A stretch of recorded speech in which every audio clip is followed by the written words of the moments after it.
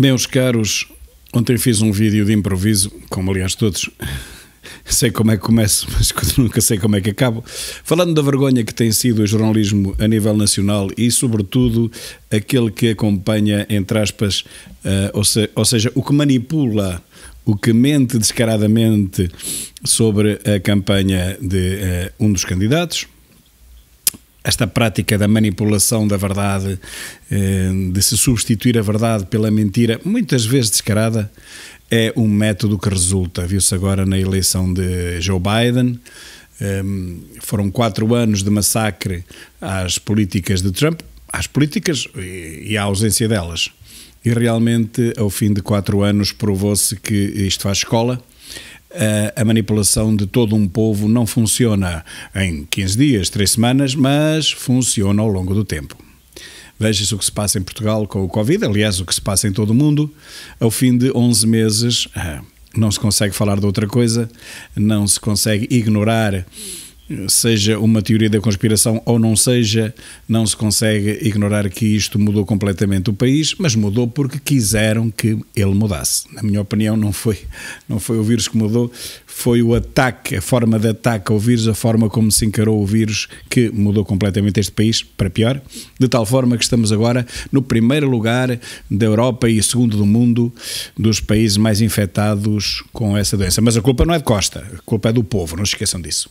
E se durante 10 meses o Trump foi massacrado nas televisões portuguesas porque seria ele o responsável, ou as suas políticas, responsáveis pelos números catastróficos da pandemia nos Estados Unidos, da mesma forma, se foi Bolsonaro ridicularizado diariamente, logo a seguir a Trump, em cada telejornal, em todas as televisões, durante 10 meses, porque teria sido Bolsonaro o responsável pelos números grandes da pandemia também no Brasil. Da mesma forma que Boris Johnson também foi ridicularizado por todas as televisões até ficar doente, por ser ele o responsável pelas suas políticas, claro, pelo alastramento da doença no Reino Unido. A verdade é que esta estratégia, esta prática continuada, reiterada de propaganda no mesmo sentido, em todos os jornais, em todas as TVs, em todas as rádios, a fazerem força nesse mesmo sentido, isto acaba por convencer a maioria da população. Claro que não convence todos. Quem tiver um pouco de espírito crítico, cada vez põe mais pontos de interrogação e coloca mais dúvidas sobre este unanimismo, esta ditadura do pensamento único. Mas infelizmente a esmagadora maioria, atrevo-me a dizer, da população não é possuidora desse espírito crítico tão desenvolvido e, portanto, a poder de tempo vai absorvendo e vai fazendo e vai criando uma opinião que é, claro, forçosamente coincidente com que é injetado todos os dias em todos os telejornais, em todas as rádios e todos os jornais. Recordo, portanto, que nos outros países o culpado pelas pandemias terem chegado àqueles níveis foram sempre os governantes, os presidentes, mas em Portugal não. Em Portugal o responsável por nós estarmos no número 1 da Europa e no número 2 do mundo não é o nosso governante. Este método da massificação da propaganda 24/24 dá os seus frutos ao fim de algum tempo. Não há dúvida sobre isso. Ora, isto é uma escola toda ela nova. É uma nova descoberta, é quase uma teoria da relatividade para as ciências sociais. Realmente as antigas empresas jornalísticas de informação, de comunicação social, todas elas faliram e, portanto, o paradigma destas novas empresas teve que mudar. O antigo jornalismo de investigação, aquele que trazia os escândalos a conhecimento público e que fazia cair governos, que fazia cair ministros com muita facilidade, que fazia com que os governos mudassem as suas políticas. Olha, por exemplo, Guterres. Guterres era acusado de governar de acordo com a comunicação social. A comunicação social levantava um problema, uma bronca, Guterres ia, punha água na fervura, resolvia aquele problema e partíamos para outro. Depois Durão Barroso, claro que Guterres foi tratado da vida dele para a ONU, depois veio o Durão Barroso, aconteceu a mesma coisa, a comunicação social e o jornalismo era conotado como o quarto poder, era assim que se chamava. Pois, mas todo esse poder desapareceu quando as empresas faliram. E então ninguém as queria comprar, porque aquilo só dava prejuízo, até que se percebeu que as poucas que sobreviviam eram aquelas que começaram a não criticar os governos, o poder. Esse foi o primeiro passo. Empresas que não criticavam abertamente os governos foram-se mantendo porque foram recebendo subsídios, foram recebendo publicidade do próprio Estado, do próprio governo, enquanto as outras, sem apoios, sem subsídios, sem publicidade, pois tinham que fechar as portas, não tinham outro remédio. Isso deu uma nova luz, trouxe um novo rumo a todo este jornalismo, que de jornalismo não tem nada, este novo. O jornalismo foi capturado pelos interesses económicos, pelas grandes empresas jornalísticas que se juntaram, que se aglomeraram em grandes trusts.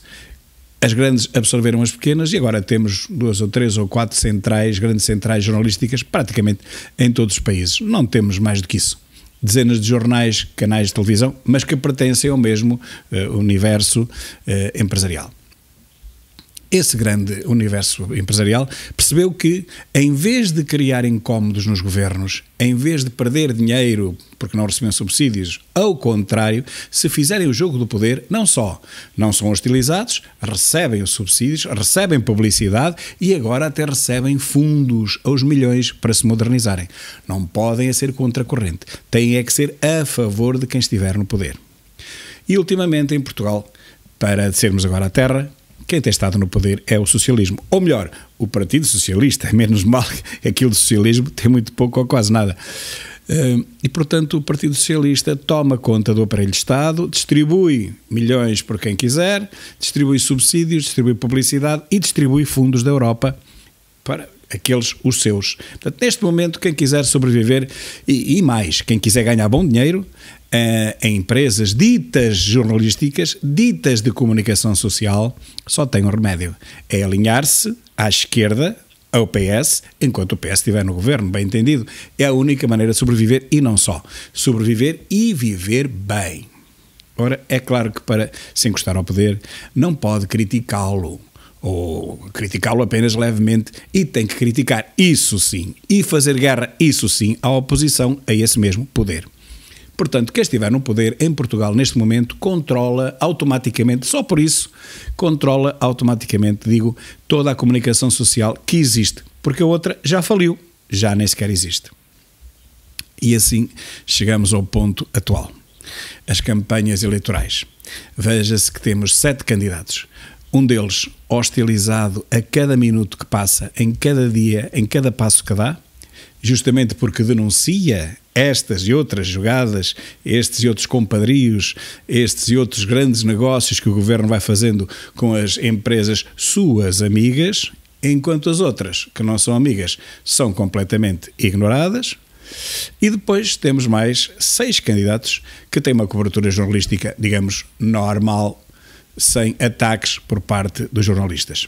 O único candidato que é atacado a par e passo é realmente André Ventura, porque põe o dedo na ferida, porque denuncia este jornalismo comprado, que nem sequer estou a falar dos 15 milhões que vieram agora para a comunicação social, já estava comprado antes, porque senão não sobreviveria.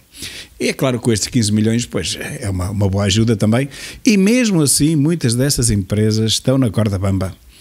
Mas é claro que os outros não se pronunciam sobre isso e, portanto, digamos, têm a aprovação do jornalismo socialista vigente.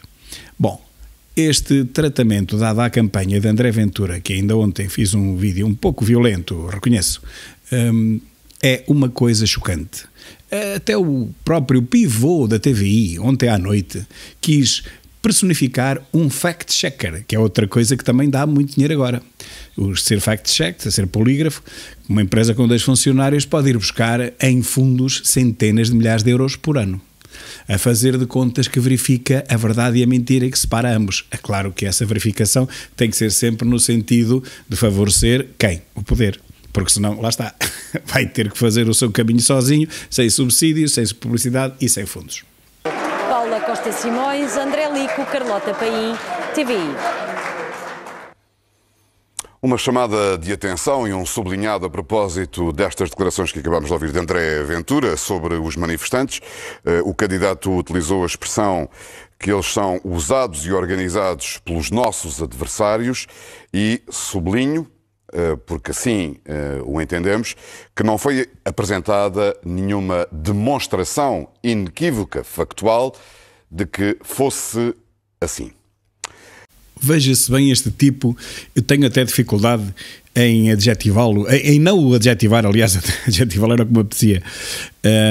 Um tipo destes, quer dizer, armado em polígrafo, armado em mentígrafo, não é? Armado em fact-checker, que a nenhum outro candidato exige que se apresente em provas. Por exemplo, o candidato da Iniciativa Liberal acusa diretamente o governo de ter gerido muito mal esta pandemia e, portanto, ter morrido muita gente. Nunca lhe exigiu provas. A candidata dos ciganos acusa também Marcelo disto e daquilo, acusa. Nunca ninguém lhe exigiu provas. Não exigem provas a ninguém, mas ao Ventura sim. Ao Ventura tem que provar aquilo que diz, como se este tipo, para não lhe chamar aquilo que estou a pensar, fosse juiz num tribunal qualquer. Estes pivôs, estes artistas das notícias, acham que se guindaram a um estatuto tal que tudo lhes é permitido. Ele pensa que é um juiz, este... Deixa-me cá calar. Temos realmente que perceber que André Ventura é o único candidato antissistema, que por isso mesmo faz com que toda esta gente entre em pânico. Ele está a pôr em causa o paradigma consolidado da vida destes jornalistas e destas empresas que realmente fazem tudo menos informar corretamente, deturpando, manipulando, dando um colorido muitas vezes oposto, diametralmente oposto aos factos que realmente aconteceram. E digo isto com conhecimento de causa, porque andei ali 3 dias com a campanha, bem vi a forma como eles tratam o candidato, bem vi depois a forma como as peças jornalísticas apareceram e, portanto, é muito fácil perceber que quase tudo é manipulado, e mesmo alguma coisa que seja transmitida e que seja real, depois leva sempre um comentário, leva sempre uma volta para arrematar a peça, para tentar fazer com que o descuidado telespectador fique com uma imagem, uma ideia negativa do que se passa no dia-a-dia daquela campanha. É uma verdadeira vergonha. Como eu disse no meu vídeo de ontem, este não é um jornalismo decente, este é um anti-jornalismo. Isto é apenas propaganda, como se fazia nos anos 30 e 40, e portanto, isto nada tem a ver com o código deontológico e com a ética que os jornalistas verdadeiros devem seguir e devem cumprir. É aquilo que eu disse ontem e hoje repito, uma verdadeira vergonha o que está a passar em termos de cobertura da campanha de André Ventura neste momento. Mas o povo, que também não é muito parvo, no próximo domingo dará a resposta também a este tipo de jornalismo que já é conotado por todos como jornalixo.